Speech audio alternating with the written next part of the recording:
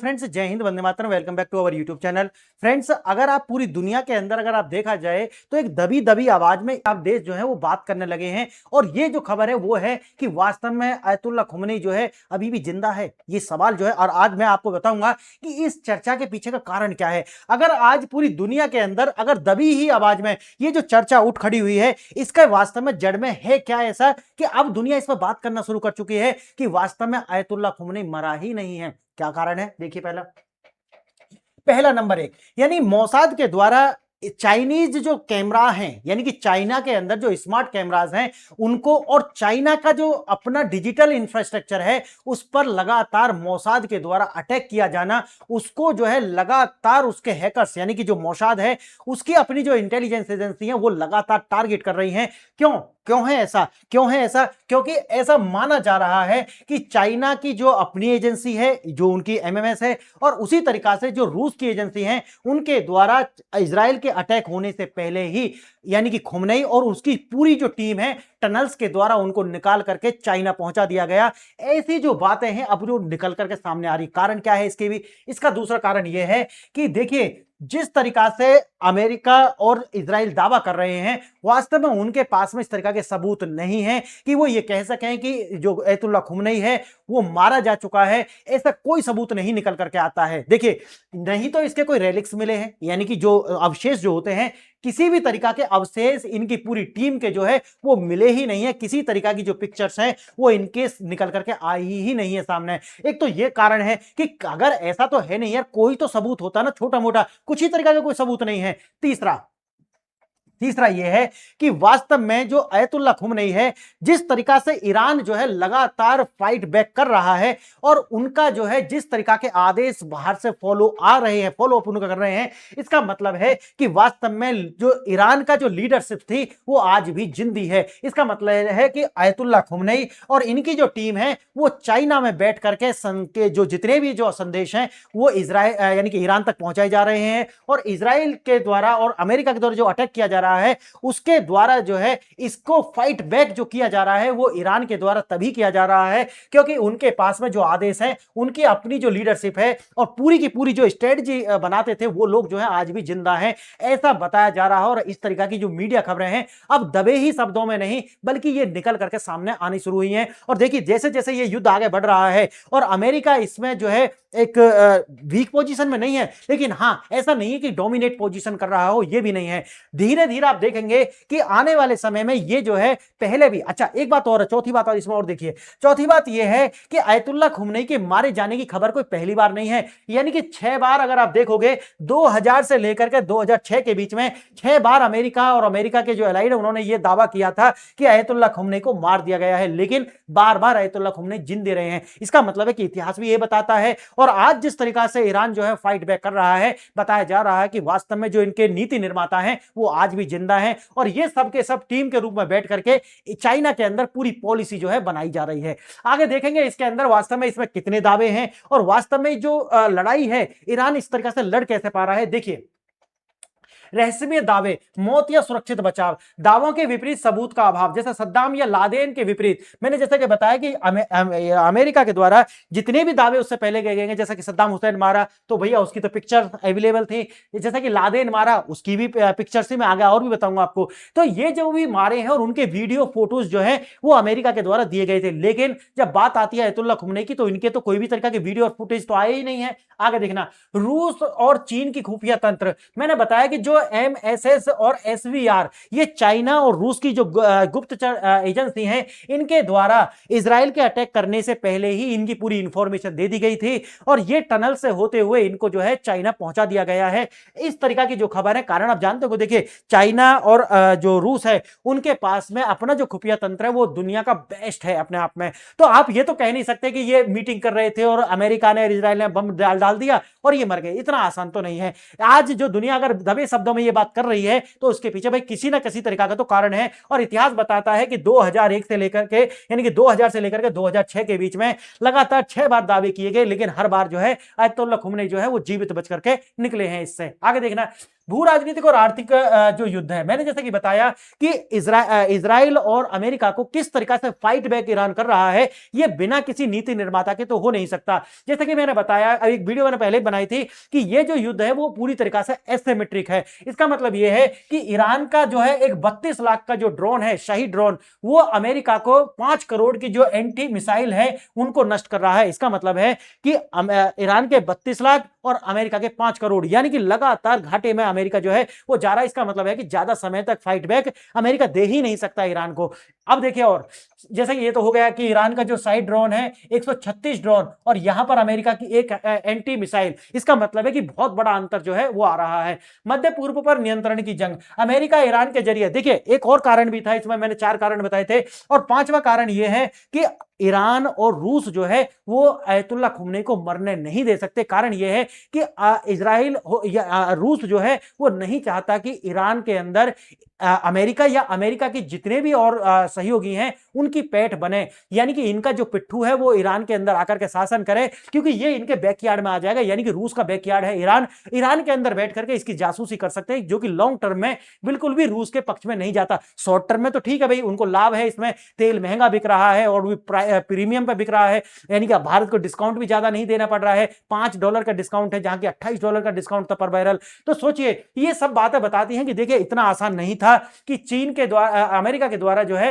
वो अयतुल्ला खुमैनी को मार गिराना। और देखते हैं इसके अंदर ईरान के जो प्रॉक्सी हैं वो लगातार जो है युद्ध में आज भी शामिल है। इसका मतलब है कि अगर इस ऊपर की जो लीडरशिप है अगर वो टूट गई होती और बिना चीन के, देखो चीन में ये बैठे हुए हैं तो चीन जो है फंडिंग तो कर रहा है, चाइना की मिसाइल्स यूज की जा रही है, ये भी आप देख रहे हैं। तो चाइना फंडिंग क्यों करेगा? क्योंकि उनके अंदर बैठे हुए हैं अयतुल्ला खुमैनी, और अयतुल्ला खुमैनी की ही जो गाइडेंस है जिस पर ये सारा का सारा युद्ध जो है वो लड़ा जा रहा है। आगे देखना, ईरान और अमेरिका के बीच के युद्ध की जो लागत है उसका अंतर बहुत ज्यादा आ रहा है, और जैसा कि मैंने बताया यही जो अंतर है ये अमेरिका की कमर तोड़ रहा है। हमास और हिजबुल्ला, इनके द्वारा जो है अपनी प्रॉक्सी है, ये आप जानते होंगे ईरान की, इनके द्वारा युद्ध जो है वो लगातार जारी है।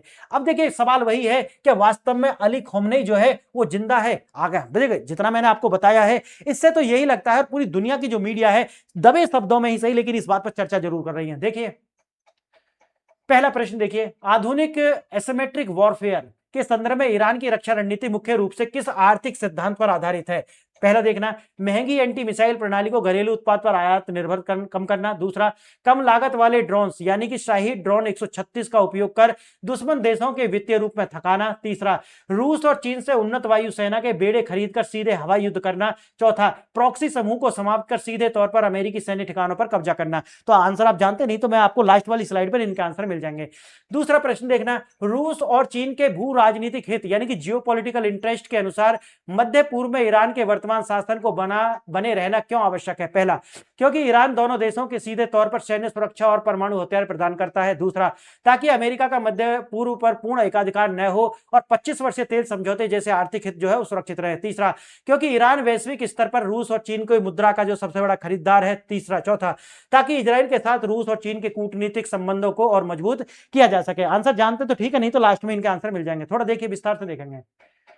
देखिए अमेरिका और इजराइल ने जो दावे किए कि हमने एलिमिनेट कर दिया है अयतुल्ला खुमैनी को, वास्तव में इन्होंने इसके कोई सबूत ही नहीं दिए हैं। किसी तरीका की इतनी बड़ी टीम थी तो कोई तो बचता ना, किसी तरीका के कोई रेलिक्स तो सामने आते, कुछ अवशेष बचते, लेकिन किसी तरीका के कोई अवशेष नहीं बचे हैं। लगभग सप्ताह भर हो जाने के बाद भी आज तक आप देखेंगे कि ब्रिटेन की M16 हो या मोसाद हो, इस तरीका के कोई सबूत दिखा नहीं पाई है। इसका मतलब है कि मामला तो कुछ ना कुछ गहरा है। देखिए ईरान के हमले के पूर्व ही अनुमान क्या था? जनवरी 2020 मेजर जनरल कासिम सुलेमानी जो है उस पर घातक ड्रोन हमला हुआ था, रेलिक्स उसके थे। शीर्ष परमाणु वैज्ञानिक मोहसिन फरीक जादे यानी कि इसकी हत्या हुई थी, इसके भी रेलिक्स थे और इसका भी सबूत था। हमास प्रमुख इस्माइल हानिया, इसको जब मारा गया था, अब याद करना, वो ड्रोन की तस्वीर आज भी है यूट्यूब के ऊपर कि वो एक मेज पर बैठा हुआ, वहां तक की तस्वीर ले ली थी, लेकिन क्या इनके पास में इसकी तस्वीर नहीं थी? या इसका मतलब है कि कहीं ना कहीं कोई तो जो है मामला है, गड़बड़ है, कुछ ना कुछ तो। अमेरिका ने ईरान को परमाणु और मिसाइल कार्यक्रम बंद करने के लिए 10 दिन का अल्टीमेटम दिया था। 4 वर्षों में हुए भारी नुकसान और मोसाद की घुसपैठ को देखते हुए ईरान नेतृत्व बड़े हमले की पूरी तैयारी कर रहा था। इसका मतलब है कि अगर आप देखोगे कि अमेरिका की जैसे गुप्त संस्था है CIA, मोसाद इजराइल का है, ब्रिटेन का है M16, इसी के एवज में देखोगे रूस का है SVR, MSS चीन का है और IRGC जो है वो ईरान का है। यानी कि एक तरीका से देखा जाए तो अपने आप में क्षमता जो है रूस की भी है, चाइना की भी है और IRGC, इनके मतलब है कि पुख्ता सबूत थे कि इजराइल जो है वो युद्ध करेगा। तो समझिए कि क्या ऐसी स्थिति में इतने बड़ा जो लीडर है, क्या वो खुले में बैठ करके अपना कोई या बंकर में बैठ करके मीटिंग करेगा? नहीं, वो वहां से निकल चुका था और बताया जा रहा है कि वो चाइना में बैठा है और आज भी जिंदा है। देखेंगे इसको जब आएगा ये। यह केवल इजराइल और ईरान के बीच युद्ध नहीं है। मध्य पूर्व में ईरान के समर्थन में हुए SVR और चीन MSS की सीक्रेट सर्विलांस बैकफुट पर पूरी तरह। और ये जो थ्योरी है ये है द SVR एक्सट्रैक्शन स्ट्रेटजी, यानी कि एक्सट्रैक्शन टनल थ्योरी जो है, इसका मतलब यह है कि यहां पर ये मीटिंग कर रहे थे, ऊपर की ओर बम डला, लेकिन ये टनल्स से होते हुए जो है पार निकल चुके थे और यहां से होते हुए ये निकल चुके हैं चाइना की ओर। इसका मतलब है कि आयतुल्ला खुमनई जो है आज भी जीवित हैं और वो बैठ करके चाइना के अंदर से पूरी तरीका से अपने निर्देश दे रहे हैं। और वास्तव में जिस तरीका का फाइट बैक इजराइल और अमेरिका को दिया जा रहा है, ये बिना किसी लीडरशिप के तो हो ही नहीं सकता। देखिए SVR एंटिसिपेशन, रूस की SVR ने मोसाद और CIA के ऑपरेशनल पैटर्न को जो है डिकोड कर लिया था। द एस्केप, मिसाइल हमले से ठीक पहले SVR के निर्देशों पर अली खुमनई को उनके कार्यालय यानी कि आवास से अंडरग्राउंड टनल्स के जरिए होते हुए उनको चाइना पहुंचा दिया गया है। इमारतें नष्ट हुई लेकिन सुप्रीम लीडर जो है वो आज भी सुरक्षित है। इस तरीका की जो न्यूज है वो निकल करके आ रही है। बाकी तो देखिए ज्यादा दिन तो नहीं, 10 से 15 दिन में ये सारी बातें और भी खुल करके सामने आ ही जाएंगी। ईरान का खर्च देखिए वो तो मैंने आपको बता दिया, ये बहुत ज्यादा एसिमेट्रिक है। जहां पर ये 32 लाख रुपए की कीमत है, वहीं से 2 से 5 करोड़ की कीमत अमेरिका की आ रही है। तो बहुत ज्यादा जो है एसिमेट्रिक ये युद्ध हो चुका है। प्रॉक्सी शील्ड देखिए, इजराइल और आप जानते होंगे कि हमास और हिजबुल्ला और जैसे कि आप जानते हैं कि इराक के PMF, ये सारे प्रॉक्सीज के द्वारा ही जो है आप जानते हैं कि ईरान जो है युद्ध लड़ रहा है। इस क्षेत्रीय दबाव की रणनीति के पीछे जो है SVR जो है इसका ही दिमाग लगाया हुआ है। ईरान ने स्पष्ट चेतावनी दी है कि यदि उन्होंने अमेरिका को अपना एयर स्पेस इस्तेमाल करने दिया तो भारी वैल्यू जो है वो चुकानी पड़ेगी। ये पाकिस्तान को लगातार जो है, और जितने भी और देश हैं आसपास, चाहे वो कुवैत हो, दुबई हो या सऊदी अरब हो, इनको लगातार धमकी जो है दी जा रही है ईरान के द्वारा। देखिए चीन का ईरान के साथ जो 25 साल का एक तेल समझौता है, यानी कि 400 बिलियन डॉलर का जो है ये एक डील था ईरान और चाइना के बीच में 25 साल के लिए। अब देखिए स्ट्रेटजी नीड, अली खुमनई जीवित रहना रूस और चीन दोनों के लिए जो है महत्वपूर्ण है, ताकि मध्य पूर्व में अमेरिका एक तरफा जो है नियंत्रण स्थापित नहीं हो पाए। बहुत सारे लोगों के दिमाग में आएगा कि ये क्यों बचाएंगे खुमनई को। कारण है कि इनके हित जो है इतने तो जरूर हैं कि ये अली खुमनई को जो है अपनी खुफिया एजेंसी का प्रयोग करके बचा सकें। पुतिन और SVR जानते हैं कि यदि ईरान ईरान पर अमेरिका का नियंत्रण हो गया तो रूस के लिए एक बड़ा सामरिक खतरा जो है लॉन्ग टर्म में ये हो जाने वाला है। अब आता है कंट्रोल्ड कोर्स नीति। इसके अंदर क्या होता है कि द अल्टीमेट गोल, अमेरिका कभी नहीं चाहता कि मध्य पूर्व में कोई एक देश इतना शक्तिशाली हो जाए कि पूरे क्षेत्र पर जो है वो हावी हो जाए। इजराइल हो, ईरान हो, सऊदी अरब हो, तुर्की हो। इसके लिए आप देखेंगे कि 1953 से लेकर के 1979 में ईरान के अंदर तख्ता पलट जो है करके पपेट सरकारों का निर्माण लगातार किया गया और उनको ही जो है चलाया गया अमेरिका के द्वारा। हथियारों की बिक्री सुनिश्चित करने के लिए इस क्षेत्र में अस्थिरता बना रहना ये अमेरिका के हित में रहा है। इसीलिए जो युद्ध होते हैं वो अमेरिका के लिए ज्यादा महत्वपूर्ण होते हैं, क्योंकि हथियार सेल किए जाते हैं। शक्ति संतुलन बनाए रखने के लिए 1980 के दशक में ईरान को कभी परोक्ष रूप से हथियार देना जो है शामिल भी था। क्या तृतीय विश्व युद्ध की शुरुआत है? मेरा मानना ये नहीं है, ना कभी तृतीय विश्व जैसी स्थिति कभी बनेगी। कारण यह है कि अब जो देश हैं वो जानते हैं कि एक विश्व युद्ध की कीमत क्या होती है। इसीलिए युद्ध तो चलते रहेंगे, लेकिन आप समझिए 1 या 2 देश के बीच में चलेंगे, सारे देश कभी भी इसमें शामिल नहीं होंगे। ये आप दिमाग में बांध कर रख लेना। हाँ, अगर कंडीशन की बात करें तो वर्तमान में ये मुख्य रूप से प्रॉक्सीज के द्वारा ही ये युद्ध लड़े जाएंगे। और याद रखना कि जो अगला युद्ध होने वाला है, यानी कि फाइनल जो युद्ध होगा वो चाइना के अंदर होगा, और चाइना के अंदर जो युद्ध होगा उसको जो है अमेरिका अपने प्रॉक्सीज के द्वारा लड़ेगा। इसका मतलब है जापान, जैसा कि साउथ कोरिया और जैसा कि ताइवान, यानी कि ये जो प्रॉक्सी है इनके द्वारा। और जो चाइना है उसका प्रॉक्सी है क्या? North Korea. यानी कि नॉर्थ कोरिया के द्वारा ही ये युद्ध जो है वो चाइना लड़ेगा। लेकिन अगर देखा जाए तो अदृश्य रूप से अमेरिका और चाइना ही युद्ध लड़ रहे होंगे। देखिए द ट्रिगर्स कंडीशन, जब तक ब्रिटेन या जर्मनी जैसे प्रमुख जो यूरोपियन देश हैं इसमें शामिल नहीं होते, वो शामिल भी हो जाओ लेकिन तृतीय विश्व युद्ध जैसी स्थिति जो है वो नहीं बनेगी। देखिए अमेरिका अपने आंतरिक विवादों को छुपाने के लिए, जैसे कि एपिस्टीन फाइल हो या फिर डोनाल्ड ट्रंप की अपनी अप्रूवल रेटिंग हो या फिर उनके घर के और जो मुद्दे हैं, जैसा कि आप जानते हैं कि $38 ट्रिलियन का जो है वो अमेरिका के ऊपर डेट है। आप जानते हैं कि $901 बिलियन जो है वो अमेरिका का ट्रेड डेफिसिट है। ऐसी हजारों कंडीशन और लगातार आप जानते होंगे कि जो डॉलर इंडेक्स है, यानी कि जो डॉलर का इंडेक्स है वो लगातार क्या जा रहा है, नीचे, लगभग 97% पर आ चुका है। तो अमेरिका बहुत अपनी सिचुएशन से जो है वो बहुत नाजुक सिचुएशन से गुजर रहा है। इसीलिए हो सकता है कि ये जो युद्ध हैं ये अमेरिका के इस जो मुद्दे हैं उनको डाइवर्ट कर देंगे। देखिए हर देश अपनी जीत और शून्य नुकसान का दावा कर रहा है, लेकिन कंडीशन जो है बिल्कुल अलग है। जैसे कि मैंने बताया कि 2000 से लेकर के 2006 के बीच में बहुत सारे दावे किए गए और निकल करके बाद में क्या है कि आयतुल्ला खुमैनी जो है वो जीवित निकल करके आते हैं। अंतरराष्ट्रीय ताकतवर के लिए कानून लागू नहीं होते, कोई भी वैश्विक शक्ति शांति के लिए बल्कि अपने राष्ट्र के हितों के लिए ही हथियारों का व्यापार करती है और शक्तिशाली बने हमेशा राष्ट्र के हित में। देखो शक्तिशाली कब बनेंगे, जब हम अपने राष्ट्र के हित में काम करेंगे। जो भी देश अपने राष्ट्र के हित में काम करेगा वो राष्ट्र जो है वो शक्तिशाली बन जाएगा।